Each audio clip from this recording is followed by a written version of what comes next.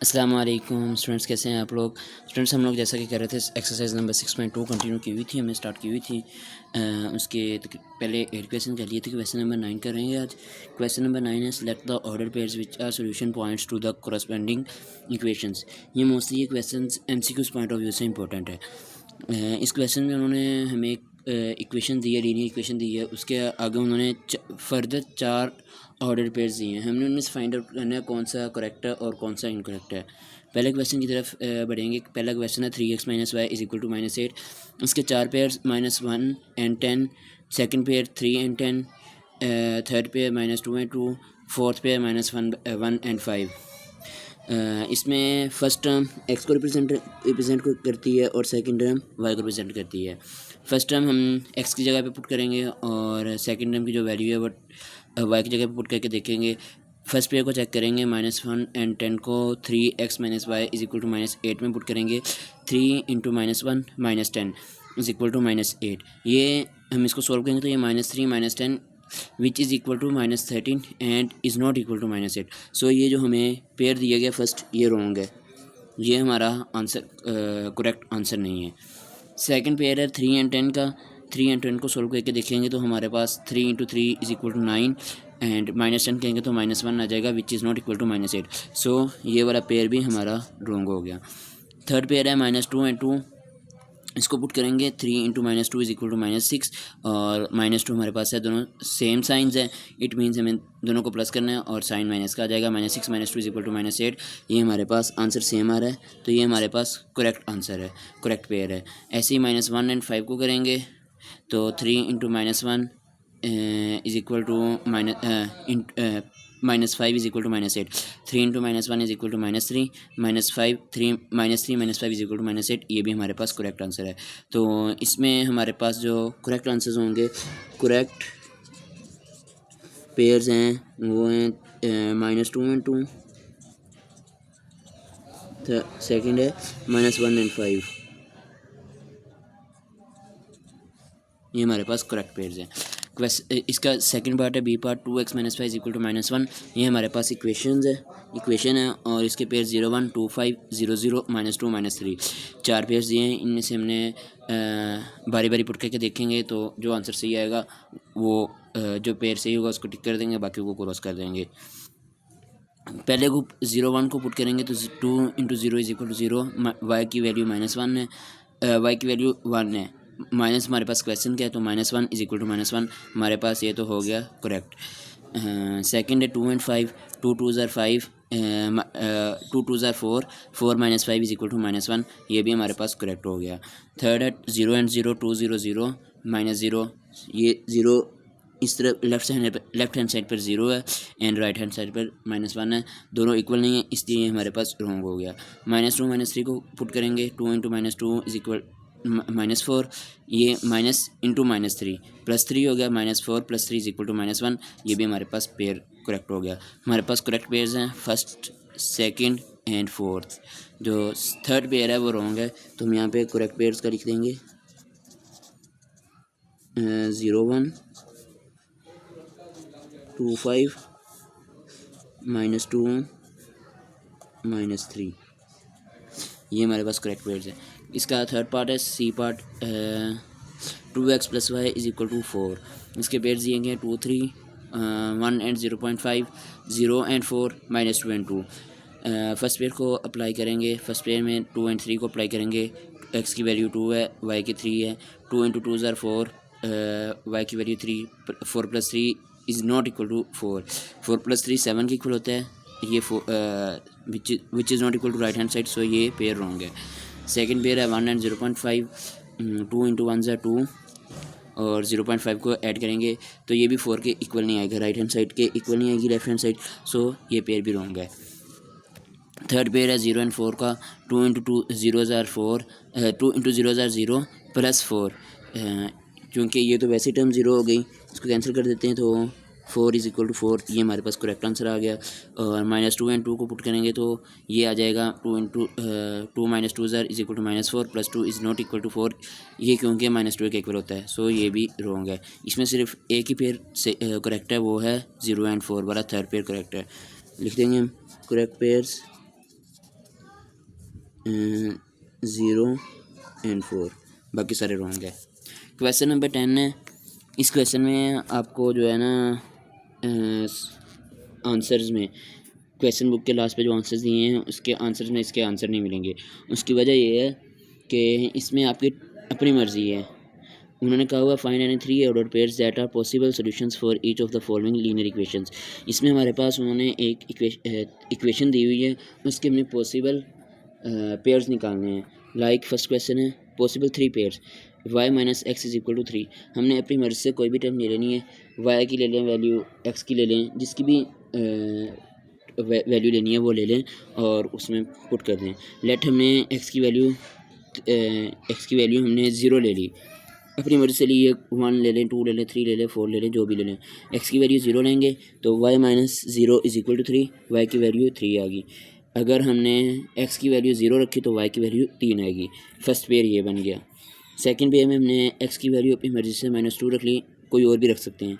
इसमें पुट की, इस इक्वेशन में पुट की तो हमारे पास y माइनस -2, ये +2 हो जाएगा, +2 उधर जाके -2 हो जाएगा। 3 - 2 is equal to 1, y is equal to 1।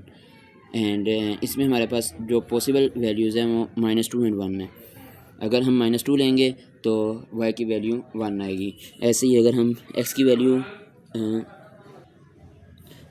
Value 4 ले रहे हैं तो y इसमें इस इक्वेशन में पुट करेंगे y minus 4 is equal to 3, -4 उधर जाके प्लस हो जाएगा, y is equal to 3 + 4 is equal to 7, y की वैल्यू 7। अगर हमने x की वैल्यू 3 लेते हैं तो y की वैल्यू 7 आएगी। हमारे पास 3 पेयर्स पॉसिबल पेयर्स हैं, 0 3, -2 1, 3 7। ऐसे ही कोई और लेना चाहें, x की वैल्यू हम 4 पुट कर ली है, 1 पुट कर लें तो हमारे पास y minus 1 is equal to 3, y is equal to 3 + 1 is equal to 4। अगर x की वैल्यू 1 होगी तो y की वैल्यू 4 होगी। नेक्स्ट क्वेश्चन है इसका बी पार्ट। इसमें 2 पार्ट्स ही हैं। क्वेश्चन नंबर 10 में 2 पार्ट्स ही हैं। इसके आंसर्स आपको बुक में नहीं मिलेंगे क्योंकि ये आपके माइंड पे बेसिस करते हैं, आपकी थिंकिंग बेसिस करते हैं कि आप कौन सा चूज़ करते हैं, कौन सी वैल्यू सपोज करते हैं। हमने x की वैल्यू अगर 1 ली है, सपोज हमने इसमें 3x + 2y is equal to -6 के सोल्यूशन पेयर्स निकालने हैं, ऑर्डर पेयर्स निकालने हैं। ये मैनी बन सकते हैं, हंड्रेड्स में बन सकते हैं पेयर्स, ये नहीं है कि सिर्फ 3 ही बनेंगे, और भी बन सकते हैं।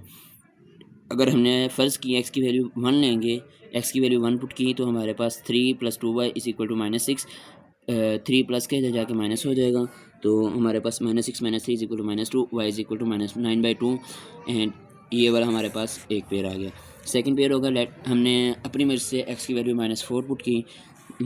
आप सोल्यूशन बुक कोई भी देख लेंगे, क्वांटिटी रीजनिंग 1 की सोल्यूशन बुक कोई भी देखना चाहें तो उसमें ये चीज़ें नहीं होंगी, कोई और वैल्यूज़ ही होंगी। मैंने उधर से नहीं देखा, आप लोग उधर से करना चाहें तो उधर से भी कर सकते हैं। उन्होंने 0 2 कोई भी ली हो सकती है, आप भी ले सकते हैं, आपका सिर्फ मेथड सही होना चाहिए।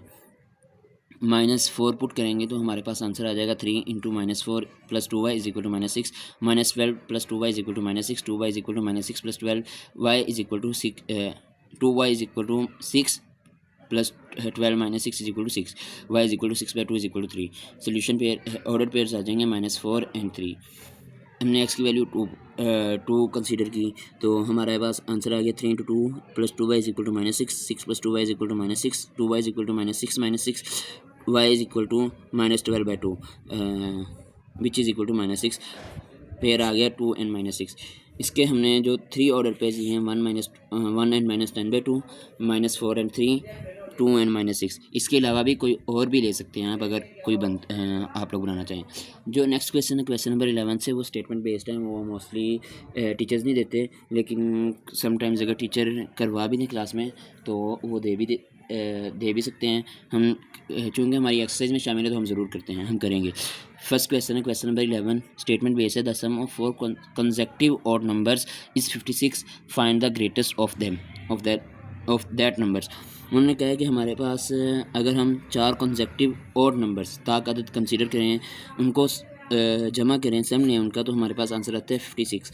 हमने उसमें उन 4 में से जो वो 4 consecutive हैं, सबसे बड़ा कौन सा है, हमने इसको सोल्व करेंगे।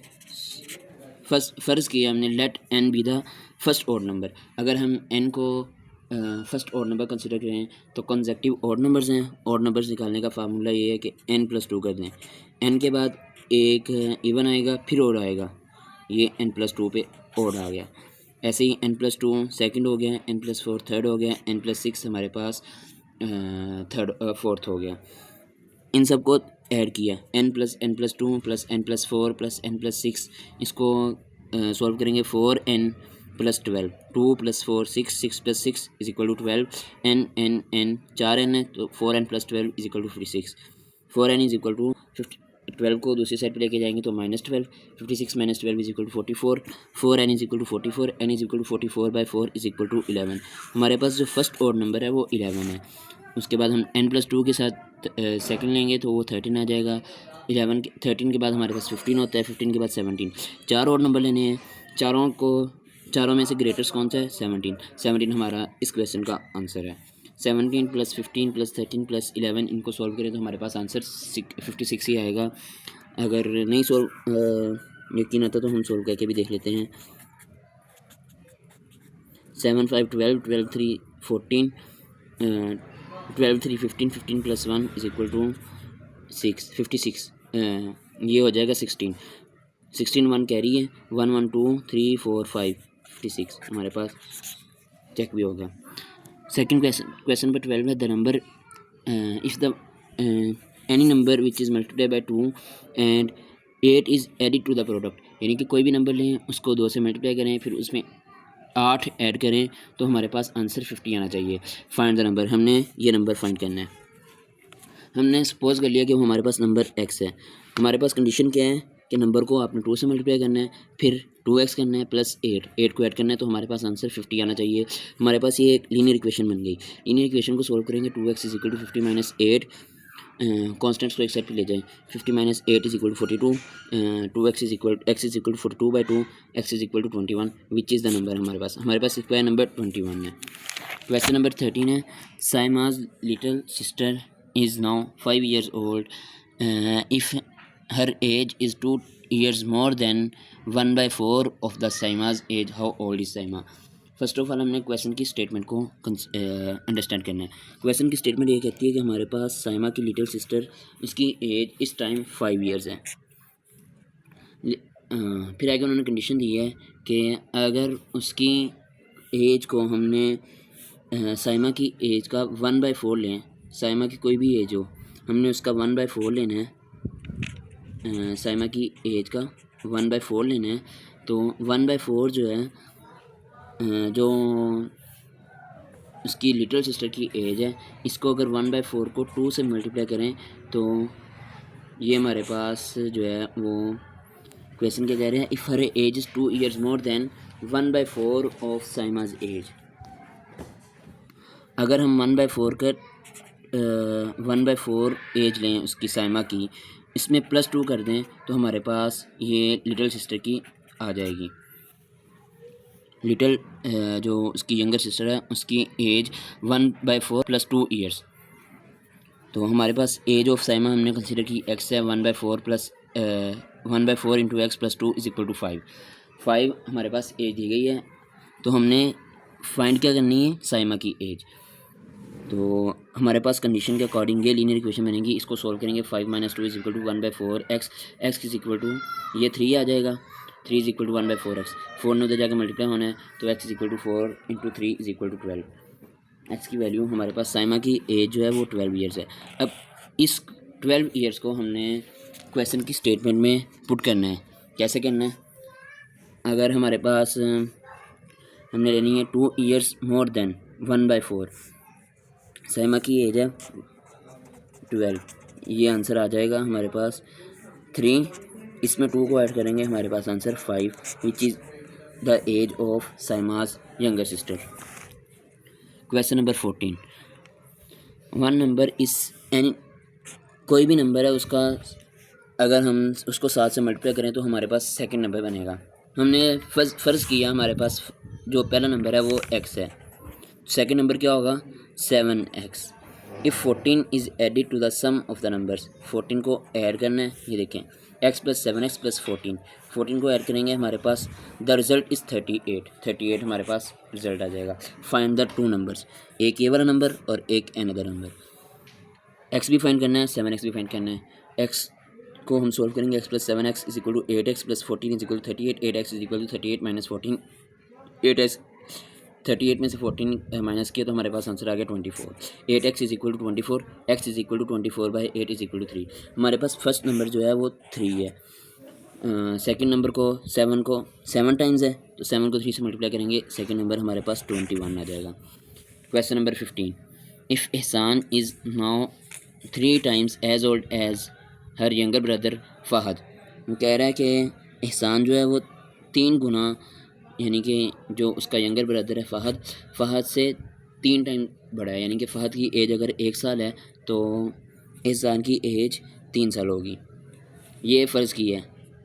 बट इन मोर 3 ईयर्स, अगले 3 सालों में ही will be only twice as old as Fahad will be then how old are they now. यानी कि सेकंड कंडीशन ये कह रही है अगर फ़हद 1 साल का है तो एहसान जो है वो 2 साल का होगा, यानी कि 3 सालों के बाद उनमें जो एज गैप है वो हाफ़ रह जाएगा।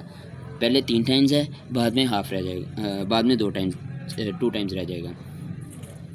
पहली कंडीशन ये है, हमने फ़हद की एज x कंसीडर की और एहसान की एज 3 टाइम्स है तो 3x कंसीडर की। 3x प्लस 3 फ़हद की एज से फ़हद की एज जो है वो 3 सालों में x प्लस 3 हो जाएगी, तो 3x की age 3x plus 3 is equal to 3x plus 3 Ehsan की एज हो जाएगी। 3x प्लस 3 को हमने कंडीशन ये है कि वो 3 सालों में वो 2 इंटू एक्स प्लस 3 के बराबर हो जाएगी, डबल हो जाएगी ना। तो इसको सोल्व करेंगे, 3x minus 2x is equal to 6 minus 3 x is equal to 3। Fahad की एज 3 होगी और एहसान की एज इस टाइम 9 ईयर्स होगी। इस टाइम की बात की है, वो अगले 3 सालों के बाद अगर हम इसकी एज 6 हो जाएगी तो 3 सालों के बाद इसकी एज 12 हो जाएगी, which is double then Fahad age. यही हमारे पास क्वेश्चन है। क्वेश्चन नंबर 7, लास्ट टाइम मैंने कहा था कि वो मैं आपको बाद में करवाऊँगा, पहले मैंने करवाया था लेकिन उसमें क्वेश्चन की स्टेटमेंट मुझसे रॉन्ग लिखी गई थी, जिसकी वजह से कटिंग की वजह से माइट भी आपको समझ ना आई हो, तो मैं वो उसकी जो लास्ट पे पिक है वो मैं इस क्वेश्चन के बाद अभी लगा देता हूँ।